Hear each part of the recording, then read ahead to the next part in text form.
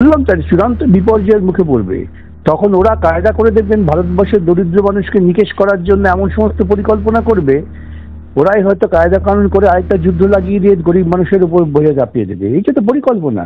যে যুদ্ধটা আমেরিকান সাম্রাজ্যবাদ বহুদিন থেকেই পেছন থেকে চালাচ্ছেন, তাদের মূল লক্ষ্যই হচ্ছে পশ্চিম এশিয়া মধ্যপ্রাচ্য জুড়ে যে তেলের সম্পদ, যে সম্পদটা ইসলামিক রাষ্ট্রগুলোর হাতে আছে, সেই সম্পদ দখল করাটা তাদের একটা আকাঙ্ক্ষা। কিন্তু পরিসংখ্যানের দিকে যদি আমি তাকাই স্যার, তাহলে ইরাক, সৌদি, ইরান থেকে 80% তেল আমরা আমদানি করি এবং হরমুজ প্রণালী দিয়ে আমাদের 20 to 25% অপরিশোধিত তেল আসে। সেটা যদি বন্ধ হয়ে যায়, এমনিতেই আন্তর্জাতিক বাজারে তেলের দাম কমলেও আমাদের দেশে তেলের দাম কমে না। আফগানিস্তানের মতো দেশেও তেলের দাম কম আমাদের থেকে তুলনামূলকভাবে। তাহলে আগামী দিনে তেলের দাম বাড়া মানে তো সব কিছুর দাম বাড়া। আমাদের দেশ কোথায় গিয়ে দাঁড়াবে?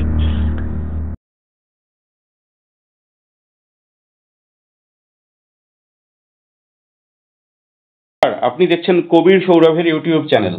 মধ্যপ্রাচ্যের আকাশে কিন্তু যুদ্ধের ঘনঘটা এবং তৃতীয় বিশ্বযুদ্ধের দিকে এগিয়ে চলেছি কি আমরা? ভয়ঙ্কর পরিস্থিতি। আমরা প্রত্যেকে চাই সারা বিশ্বের প্রতিটি কোণায় প্রত্যেক নিরীহ মানুষ সুখে থাকুন, শান্তিতে থাকুন এবং কারুর প্রাণ যেন না যায়। কিন্তু যা পরিস্থিতি, তা আমাদের দেশের পক্ষে কতটা ভয়ঙ্কর হতে পারে।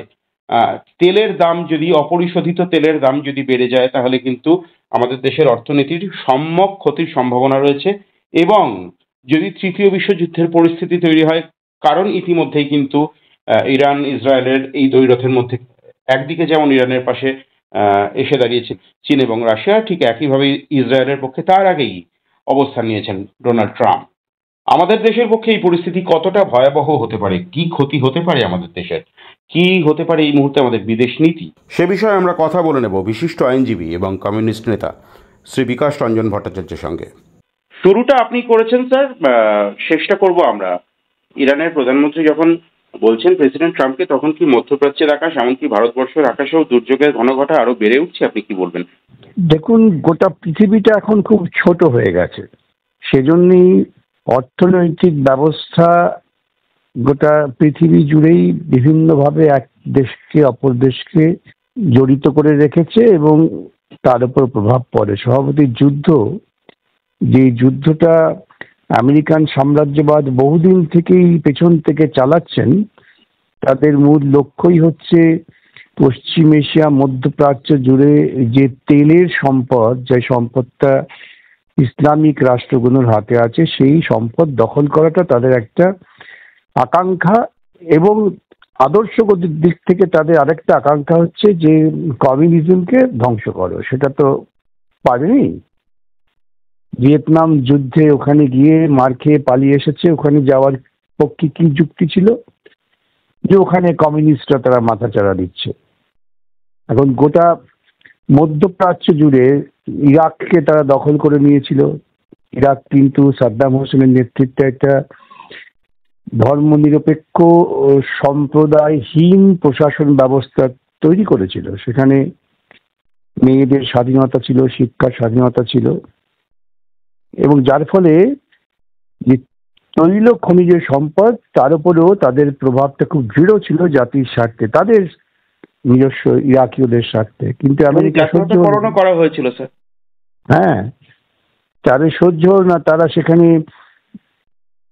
বায়োলজিক্যাল ওয়ারফেয়ার করবে, ওরা ওদের ওখানে মারণাস্ত্র তৈরি হচ্ছে, এইসব গপ্প তৈরি করে ইরাক দখল করলো, সাদ্দাম হোসেনকে খুন করলো।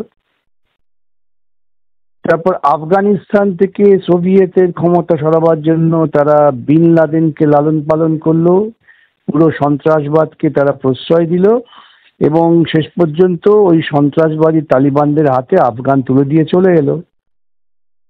লেবানন, অর্থাৎ গোটা পৃথিবী জুড়ে দ্বিতীয় বিশ্বযুদ্ধ উত্তরকালে আমেরিকান সাম্রাজ্যবাদ তার থাবা বসাবার জন্য বিভিন্ন জায়গায় পুতুল প্রশাসন তৈরি করে তার কারবার চালিয়ে যাচ্ছিলেন। সেক্ষেত্রে ইরান একটা বড় বাধা হয়ে দাঁড়িয়েছিল।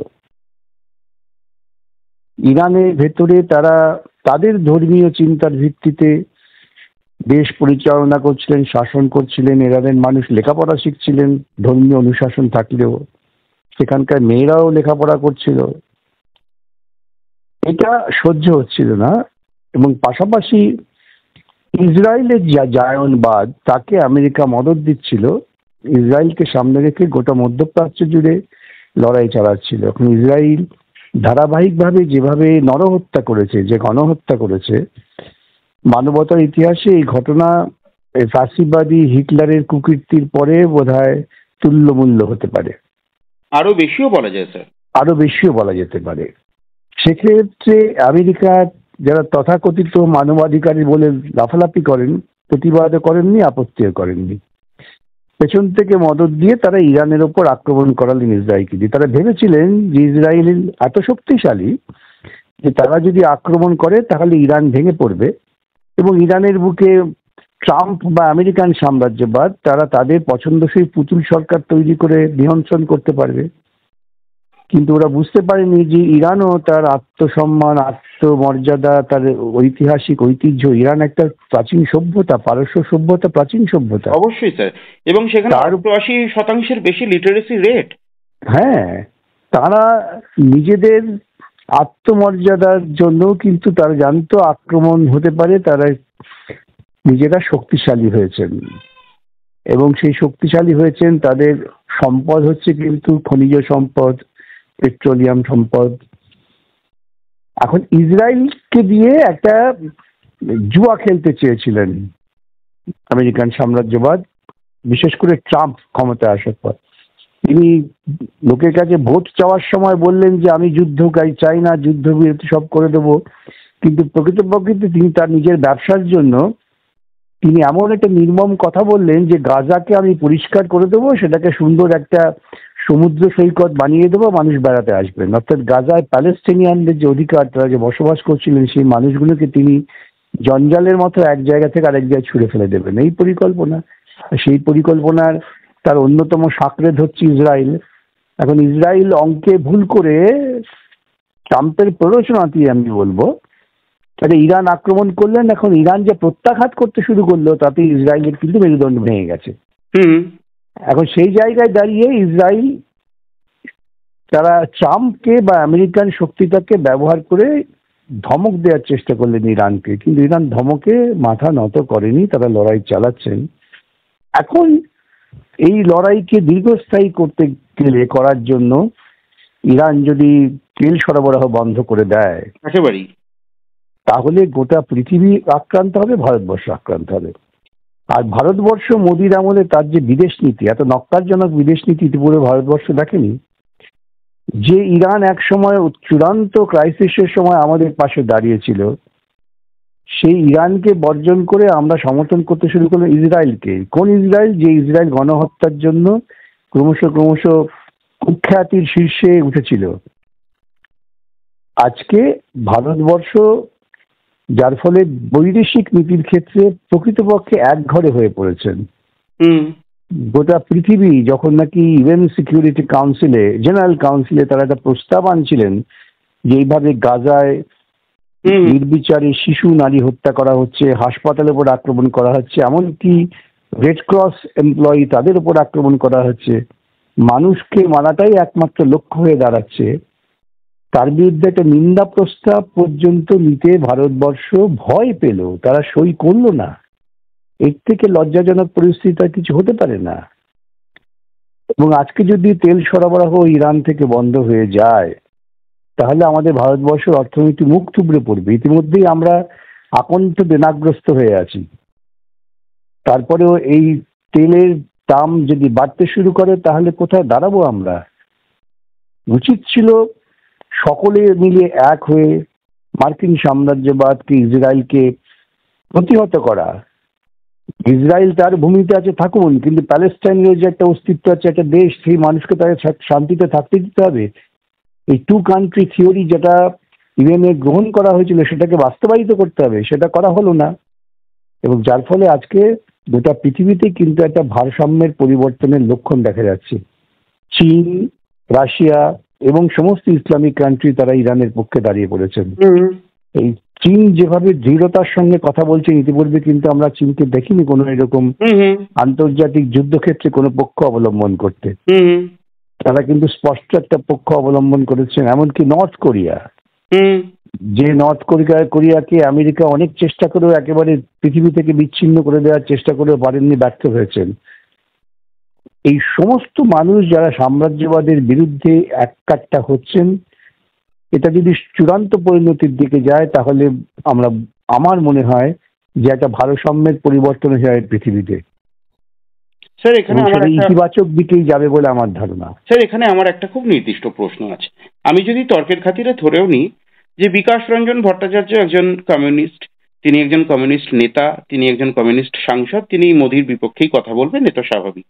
কিন্তু পরিসংখ্যানের দিকে যদি আমি তাকাই স্যার, তাহলে ইরাক, সৌদি, ইরান থেকে 80% তেল আমরা আমদানি করি, এবং হরমুজ প্রণালী দিয়ে আমাদের 20 to 25% অপরিশোধিত তেল আসে।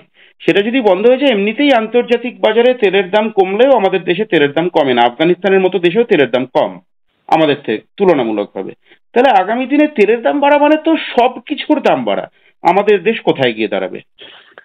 বললাম তার চূড়ান্ত বিপর্যয়ের মুখে পড়বে। তখন ওরা কায়দা করে দেখবেন ভারতবর্ষের দরিদ্র মানুষকে নিকেশ করার জন্য এমন সমস্ত পরিকল্পনা করবে, ওরাই হয়তো কায়দা কানুন করে আরেকটা যুদ্ধ লাগিয়ে দিয়ে গরিব মানুষের উপর বোঝা চাপিয়ে দেবে। এইটা তো পরিকল্পনা। তা না হলে এই সময়ে যে ভারতবর্ষ জোট নিরপেক্ষ নীতির ওপর দাঁড়িয়ে হুম। পৃথিবীর সমস্ত দুর্বল দেশের কাছে একটা শক্তিশালী সহায়ক শক্তি ছিল, সেই ভারতবর্ষকে আজকে লেজুর বৃত্তি করতে হচ্ছে ইসরায়েলের, সেই ভারতবর্ষ আজকে লেজুর বৃত্তি করতে হচ্ছে ট্রাম্পের, যে আমেরিকাকে ভারতবর্ষ একসময় হুমকি দিয়েছিল সোভিয়েতের সাহায্য নিয়ে, যে তোমার 7 ফ্লিট ফেরত নিয়ে যাও। হুম। সেই ভারতবর্ষকে আমরা আজকে কোথায় নিয়ে গেলাম? আমাদের বিদেশ নীতি আমাদের শির উচ্চ করার পরিবর্তে শির তো নত করে দিল। এই সব বিষয়গুলো সাধারণ মানুষের কাছে আমাদের নিয়ে হাজির হতে হবে। কেন প্রচার মাধ্যম, মোদি মিডিয়া, আমি বলি মোদি মিডিয়া, হুম। তারা তো সত্যকে আড়াল করবার জন্য একেবারে পাগল হয়ে উঠেছে। সেই জন্যই এবং বিকল্প সংবাদ মাধ্যম হিসেবে স্যার আমাদের দায়িত্ব পড়ে মানুষের কাছে সঠিক চিত্রটা তুলে ধরার। এবং ঠিক সেই জায়গায় দাঁড়িয়ে রাশিয়ার কাছে 5,449টি পারমাণবিক অস্ত্র রয়েছে, আমেরিকার কাছে তার থেকে কম 5,277, চীনের কাছে 600। এবং আমি যদি দ্বিমেরু বিশ্বের কথা এখনো তুলে ধরার কথা বলি, সেই জায়গায় দাঁড়িয়ে আমেরিকা ছাড়া অন্তত সরাসরিভাবে আমেরিকার যারা বিরোধী, যদি সংখ্যার নিরিখে দেখা যায় রাশিয়া, চীন, ফ্রান্স, ইউকে, আমি যদি ভারতকেও তার সঙ্গে যুক্ত করি এবং উত্তর কোরিয়া অবশ্যই ভীষণভাবে, তাহলে আমেরিকার থেকে বহু সংখ্যায় বেশি ক্ষেপণাস্ত্র রয়েছে। তাহলে আমেরিকার দাদাগিরি মেনে নেব কেন? আমার বাড়িতে কি রান্না হবে সেটা আমি ঠিক করব। আমার রান্নাঘরে নাক গলানোর আমেরিকাকে। ঠিক এইটা, এই দৃষ্টিভঙ্গি তো হওয়া উচিত। ব্রিক্স তৈরি হলো, সেখানে ব্রিক্স তারা বললেন যে আমরা পাল্টা ইন্টারন্যাশনাল কয়েন্স রাখবো, আমরা ইন্টারন্যাশনাল মিডিয়া, শুধু ডলার কেন, ডলারকে আমরা বাতিল করে দেবো, আমরা বিকল্প মাধ্যম তৈরি করছি। এতে আমেরিকা ভয় পেয়ে গেল, এবং ভয় পেয়ে যখন এটা থ্রেট করলো, ভারতবর্ষের পা কাঁপতে শুরু করলো। কেন? কিন্তু তার স্যার এই কারণ জায়গায় হচ্ছে হ্যাঁ। হিন্দুত্ববাদীরা যারা ভারতবর্ষের রাজনৈতিক মাথা, তারা মনে করছেন জায়নিস্টরা যদি তাদের নিজস্ব ধর্মের ভিত্তিতে একটা এত বড় আক্রমণ করতে পারে, এত বড় জুলুম করতে পারে, তাহলে সেই তো আমার আদর্শ, অর্থাৎ তাকে আমি সমর্থন করব, আর কিচ্ছু না। এর পেছনে গণতন্ত্র, সমাজতন্ত্র, ভারতবর্ষের অর্থনীতি কিচ্ছু নেই। তার পেছনে একমাত্র কাজ করছে উগ্র ধর্মীয় মৌলবাদী চিন্তা। স্যার আমার একেবারে শেষ দুটো প্রশ্ন। আমরা ফোনে কথা বলছি এবং তার মধ্যে দুটো হাই ভোল্টেজ ফোন স্যার হয়ে গিয়েছে। একটা হচ্ছে বেঞ্জামিন নেতানিয়াহুকে অকুণ্ঠ অভিবাদন জানিয়েছে ডোনাল্ড ট্রাম্প, খুব হাস্যকর বিষয়, কেন? এবং আরেকটি ফোন হচ্ছে আমাদের দেশ থেকে গিয়েছিল, সেটা যদিও ইরানের প্রেসিডেন্টকে করেছিলেন নরেন্দ্র মোদী, আমাদের দেশের প্রধানমন্ত্রী, এবং ডিএসকেলেশনের কথা বলা হয়েছে, যুদ্ধবিরতির কথা কূটনৈতিক স্তরে আলোচনা করে সমস্যা মেটানোর কথা বলা হয়েছে। এটাকে কি আপনি আশার আরো কোনোভাবে দেখছেন, নাকি কিভাবে দেখছেন? না, আমি বলবো কেন আমাদের দেশের লোক নেতনিয়াহু এবং ট্রাম্পকে বললো না যে আপনারা এসব বন্ধ করুন, আলোচনা করুন? তারা বলটা ইরানের দিকে ঠেললো কেন? হুম। তাদের তো উচিত ছিল যারা আক্রমণ করছে তাদের কাছে বলা যে আপনারা অবিলম্বে এসব বন্ধ করুন, আমরা কিন্তু ইরানের পাশে আছি। সেই কথাটা তো বলা হলো না। এটাই আমার কাছে বড় প্রশ্ন হয়ে দাঁড়াচ্ছে যে আমি কার পক্ষে থাকবো।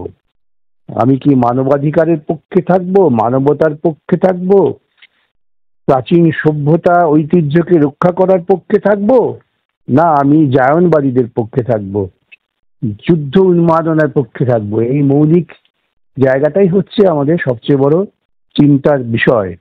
সেক্ষেত্রে আমার মনে হয়েছে আমার দেশ যথার্থ ভূমিকা নিয়ে তার মর্যাদা রক্ষা করতে পারলো না। অনেক ধন্যবাদ স্যার সময় দেওয়ার জন্য। হুম।